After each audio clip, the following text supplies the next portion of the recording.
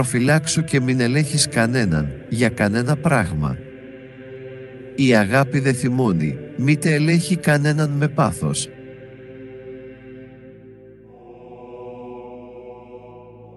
Καλύτερα να κατοικήσεις με τα θηρία παρά με αυτούς που έχουν κακή ζωή. Κάθισε μαζί με γήπες παρά με πλεονέκτη και άπλιστο.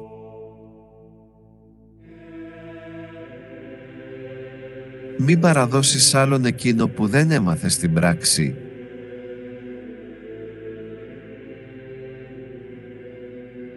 Πολλοί, ενώ ήσαν ψυχικά άρρωστοι, εισήλθαν στη θάλασσα του κόσμου για να θεραπεύσουν τις ψυχές των άλλων και έχασαν και τις δικές τους ψυχές, γιατί έγιναν εμπαθείς και νεκροί ψυχικώς.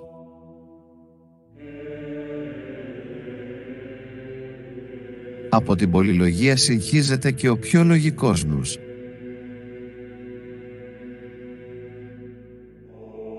Μη ζητήσεις να πάρεις γνώμη από κάποιον που δεν είναι στον ίδιο δρόμο με σένα, ακόμη και αν είναι πολύ σοφός.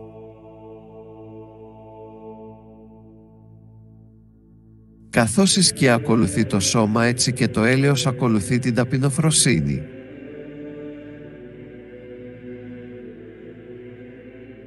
Όπου και αν πας, έχε τον εαυτό σου ξένο και θα αποφεύγεις τη ζημία της παρρησίας.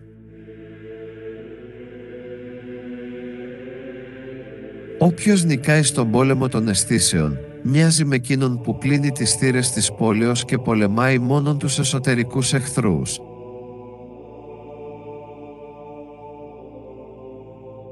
Απόκτησε γλυκά χείλη και θα τους έχεις όλους φίλους.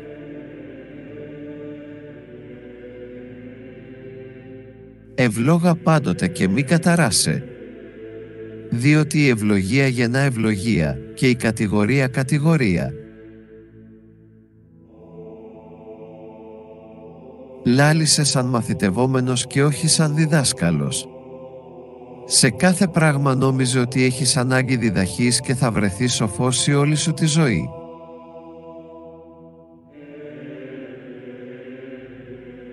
Στο σπίτι σου να δέχεσαι μόνον τους ομοίους σου κατά τους τρόπους, τη γνώμη, το φρόνημα και την αρετή.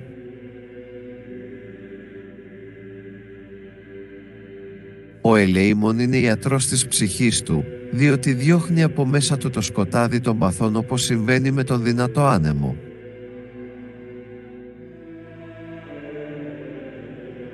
Η έλλειψη τροφών οδηγεί τον άνθρωπο στην εγκράτεια και η αυθονία στην ακράτεια.